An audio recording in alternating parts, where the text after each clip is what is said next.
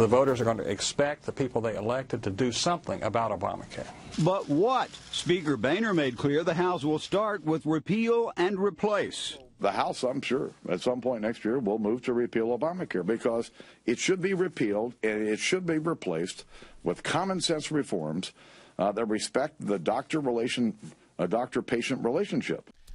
The president and lawmakers are going right back to war over many things. Top of every list for those elected and those keeping their jobs, thanks to the midterm elections, the implosion of Obamacare. Music to the ears of many doctors who have about had it dealing with the onerous amount of paperwork and shuffling of patient care.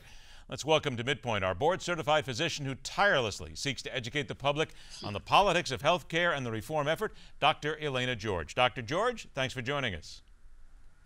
Thank you. Let me get your straight-up opinion on what the speaker said.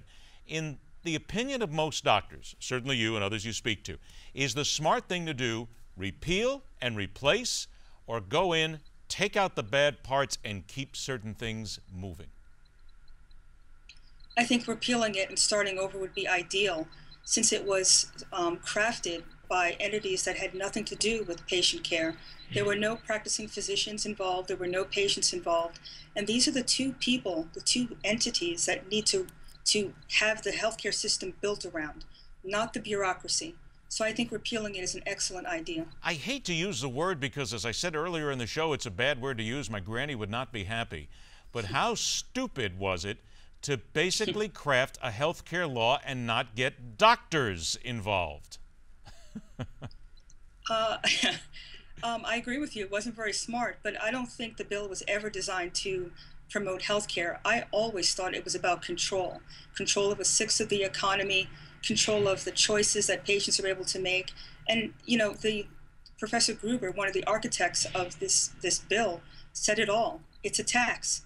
And that's exactly what it's been from the beginning, and they tried to fool everybody into believing that everybody was going to get something for nothing. Well, let's go right to what Jonathan Gruber said. He was one of the architects of Obamacare, and he basically said that, well, we did it because the American voter is stupid, so that's why we were able to get it through. But isn't it fair to say, and I don't want to use the word stupid here for the American voter, but they're confused many times. If you go to your doctor, if you go to your health care specialist, if you go to your insurance company, 90% you don't know what the heck's going on because it speaks in gobbledygook instead of plain English. That's absolutely correct. But I mean, this was committing fraud against the American people from the beginning because there was a concerted PR campaign to mislead people. So it's not the American people's fault that they thought they were actually going to get what they promised, that you could keep your doctor, that it was going to be affordable, that your choices would increase. That's what we were told 24/7. Everybody got on the television to tell us this, when in actuality, it's the opposite. You're going to pay more for less. You're not going to have the chance to choose your doctor or choose what you get in terms of treatment. And it's designed that way because it's a one-way system where you put money in, like a Ponzi scheme, and you're lucky if you get anything really of value back. I got less than a minute left here. One thing, top of your list right now, the one thing, the biggest challenge for doctors complying with Obamacare the way it stands today. You know, there is no one thing except for the fact that there is now a bureaucracy that separates you from your patient, and the Hippocratic Oath has been stomped on. So anything that I, as an advocate for my patient, want to accomplish, I have to go through a middleman, whether that be the government or commercial insurance. That needs to go. Fair to say also that it's the amount of paperwork. That's what I hear from the doctors right now, that it's become ridiculous. It's bureaucracy.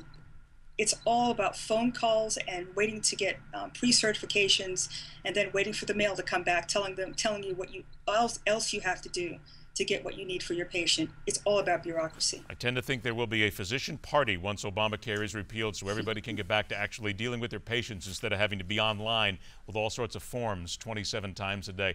Dr. George, we're all out of time again, but thank you so much for your time, and we will talk to you again.